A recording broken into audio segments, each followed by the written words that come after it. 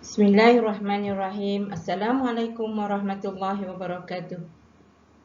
Apa khabar semua murid-murid? Alhamdulillah. Baiklah murid-murid, untuk pertemuan kita pada hari ini, marilah sama-sama kita membaca doa belajar sebelum memulakan kelas kita seterusnya. Bismillahirrahmanirrahim. Allahumma aftah alaina hikmataka wa anshur alaina min khazaini rahmatika ya arhamar rahimin. Rabbi shrah li sadri wa yassir li amri wahlul 'uqdatam min lisani yafqahu qawli. Amin ya rabbal alamin. Ya murid-murid, hari ini Ustazah akan membincangkan tajuk berkaitan dengan ibadah bagi murid tahun 2.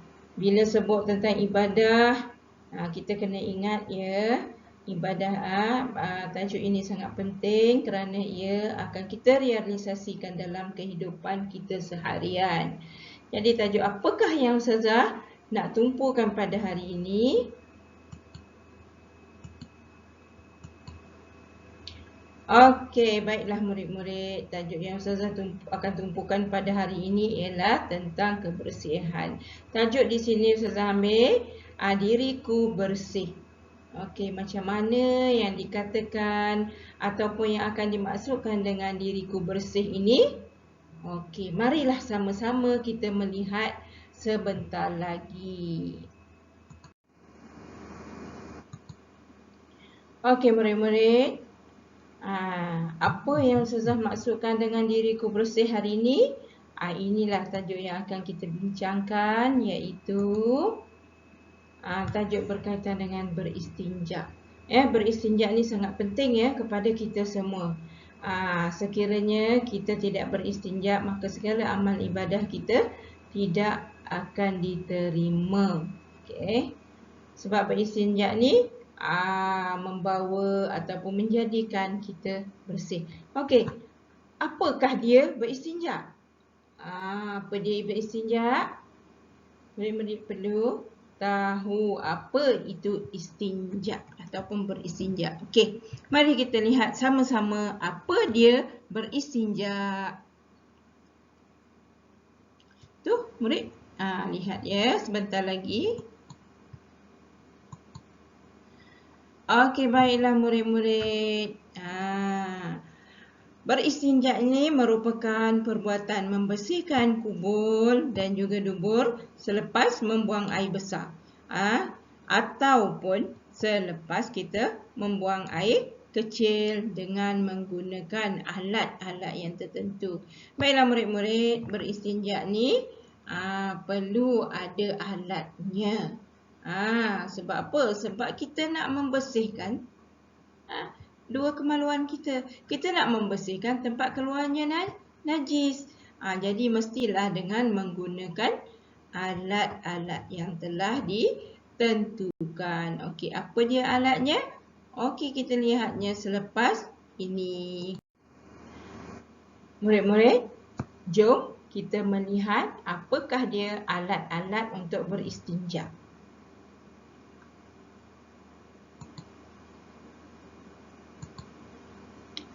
Ya, alat yang pertama lihat di situ iaitu dengan menggunakan air mutlak.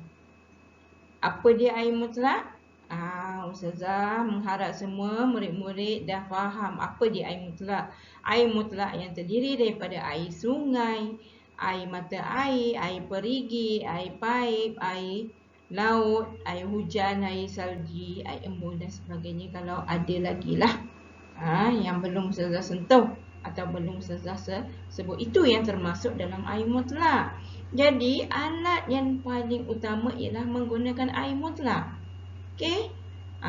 Ingat ya murid-murid, air mutlak adalah alat yang sangat penting untuk beristinja. Okey, Ustazah, sekiranya tidak ada air, apa yang kita perlu buat? Ya, sekiranya tidak dijumpai air ketika kita nak beristinja, kita juga dapat melihat dapat menggunakan benda-benda kesat. Bila sentuh, bila sebut benda-benda kesat, apa dia benda-benda kesat? Okey. Okey, yang pertama, dengan menggunakan kain. Benda kesat yang pertama yang boleh kita guna untuk beristinja ni adalah kain. Yang kedua, kertas. Kita juga boleh menggunakan kertas untuk beristinja ya. Okey, yang ketiga, batu. Batu.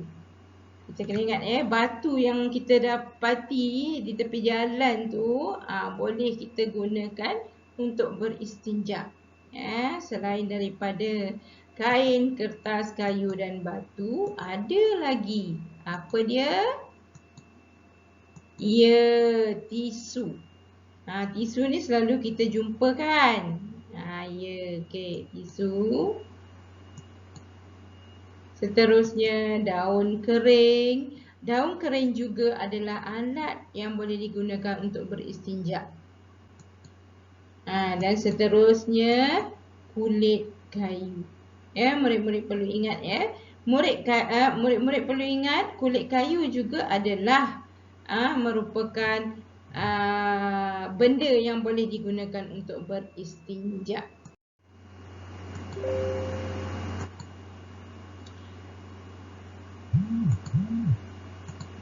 Baiklah murid-murid, setelah kita mengetahui bahan-bahan ataupun benda-benda yang boleh dijadikan sebagai alat beristinja, kali ini kita nak melihat pula apakah dia ciri-ciri alat yang kita nak guna untuk beristinja. Okey, cuba lihat di bawah ni. Ustazah dah sediakan apa dia ciri-ciri alat untuk beristinja ni Okey, yang pertama, hendaklah kita menggunakan benda yang kesat untuk beristinja. Benda yang kesat tu apa? Ya, antara contoh benda yang kesat seperti batu, kertas, kulit kayu dan juga lain-lain lagi, asalkan benda tersebut sifat dia kesat. Kerana benda yang kesat ini dapat membantu kita membersihkan najis yang ada pada badan kita. Okey, yang kedua, alat yang kita gunakan untuk beristinja itu hendaklah bukannya alat yang dimuliakan ataupun bukannya benda yang dimuliakan. Ataupun dengan kata lain, bukanlah makanan. Bukanlah benda yang boleh dimakan untuk kita beristinja tu. Kerana apa? Benda yang boleh dimakan adalah antara benda yang dimuliakan. Okey, seterusnya, benda yang kita nak guna untuk beristinja itu juga perlulah benda yang bersih dan suci. Kenapa? Kerana kita nak membersihkan najis, kan? Jadi bila kita nak bersihkan najis, dah tentu kita nak benda yang kita guna tu benda yang bersih, benda yang suci. Di sini dikatakan bukan benda kotor seperti najis dan darah ataupun nanah atau muntah dan sebagainya, bukan perkara tersebut. Okey. Jadi faham ya murid-murid? Ada 3 ciri yang alat yang boleh digunakan untuk beristinja di sini. Okey. Seterusnya yang keempat. Alat tersebut hendaklah suatu alat yang boleh menghilangkan najis. Jadi kita tidak boleh menggunakan benda-benda yang licin. Benda-benda yang tidak boleh menghilangkan najis. Contoh dia apa? Contoh yang ada kat sini, plastik, kaca, ataupun apa-apalah benda yang bersifat licin. Benda-benda yang bersifat licin ni kita tak boleh untuk dijadikan sebagai alat untuk beristinja. Kerana dia tidak menghilangkan najis. Okey, baiklah murid-murid. Sekarang kita nak melihat apakah syarat-syarat untuk kita beristinja menggunakan selain daripada air. Ya. Kita nak beristinja menggunakan benda lain selain daripada air, dah tentu ada syarat-syarat dia. Apa dia syaratnya? Okey, jom kita lihat. Oh ya, najis yang hendak dibersihkan dengan menggunakan benda yang lain daripada air itu hendaklah najis yang tidak beralih daripada tempat asal. Maksudnya bila najis duduk di situ, hanya najis itu berada di situ je, tak ada di tempat, maknanya tak mengalir ke tempat lain. Maknanya dia tidak beralih daripada tempat asal terkena najis tersebut.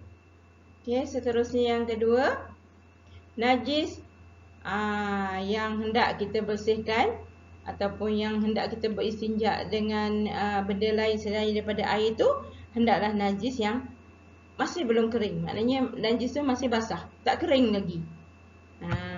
Sebab benda-benda ini boleh membersihkan dengan hanya membersihkan najis yang belum kering lah. Kalau dah kering, sukar untuk dibersihkan.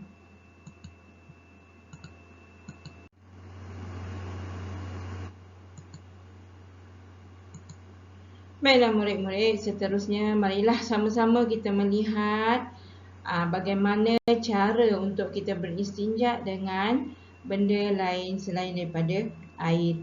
Maknanya kita kena tahu apa dia cara untuk kita beristinja dengan perkara selain daripada air.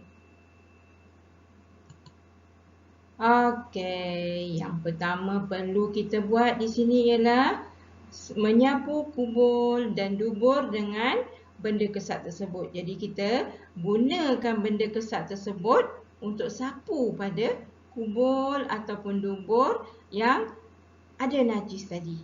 Ya. Jadi perlu kita buat langkah pertama ini. Sapu dahulu dengan benda kesat tadi.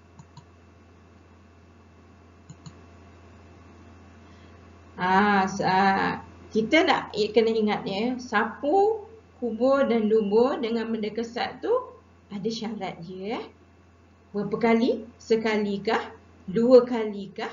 Atau 3 kali? Okey, ya. Sapuan yang hendak kita buat pada kedua bahagian yang perlu disapukan tadi tu ataupun menyapu pada kubur dan dubur tu hendaklah kita sapu 3 kali ya murid-murid. 3 kali. 3 kali sapuan. Okey, seterusnya apa lagi yang perlu kita buat? Okey, dikatakan kepada kita setiap sapuan hendaklah menggunakan benda kesat yang baharu. Maknanya ketiga-tiga sapuan yang kita buat tadi hendaklah menggunakan benda kesat yang berlainan, benda kesat yang berbeza. Maknanya sekiranya kita guna batu, kita guna 3 ketul batu ataupun 3 permukaan batu yang berbeza. Kalau kita gunakan tisu, kita kena guna 3 helai tisu supaya sapuan tersebut dapat menghilangkan najis, dapat membersihkan najis yang terdapat pada badan kita.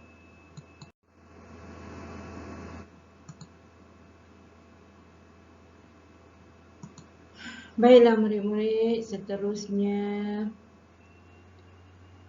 kenapa kita perlu beristinja? Kenapa ya? Kenapa? Kenapa pentingnya kita beristinja? Apatah lagi kepentingan beristinja dengan menggunakan selain daripada air. Maknanya benda lain yang kita nak guna untuk beristinja tu bukan air. Sebab apa? Perlu. Apa kepentingan dia? Ya, betul murid-murid. Okey. Yang pertama, kerana sekiranya kita tidak mendapati air, benda-benda yang telah kita bincangkan tadi mudah untuk diperolehi atau mudah kita dapati di sekeliling kita. Jadi, Islam ni sangat mudah dan tidak memaksa kita sebenarnya. Cantik kan? Cantiknya ajaran Islam ni. Dia bagi kelonggaran kepada kita supaya beristinja dengan menggunakan selain daripada air. Sebab apa? Sebab perkara atau benda yang disentuh tadi, benda yang telah kita bincangkan tadi tu mudah untuk kita perolehi sekiranya kita tidak mendapati ataupun tidak dapat mencari air ataupun tidak boleh menggunakan air. Jadi benda tersebut mudah untuk kita dapati. Seterusnya, selain daripada air yang boleh kita gunakan untuk beristinja ni merupakan sebagai satu pilihan ya untuk kita beristinja. Sekiranya kita berada dalam keadaan darurat, sekiranya kita tidak boleh menggunakan air untuk beristinja kerana luka yang teruk sehingga dapat memudaratkan kita sekiranya kita guna air contohnya. Jadi kita boleh buat pilihan. Kita boleh guna benda lain yang tidak mendatangkan mudarat kepada kita, tetapi kita dapat menyucikan najis yang ada pada badan kita. Cantik kan Islam? Mudahkan agama kita? Ya murid-murid, itulah yang perlu kita. Okey, nampaknya sampai di sini sahaja sesi pembelajaran bersama Ustazah untuk hari ini. InsyaAllah kita akan berjumpa lagi di lain masa. Akhir kata, wabillahi taufiq wal hidayah. Wassalamualaikum warahmatullahi wabarakatuh.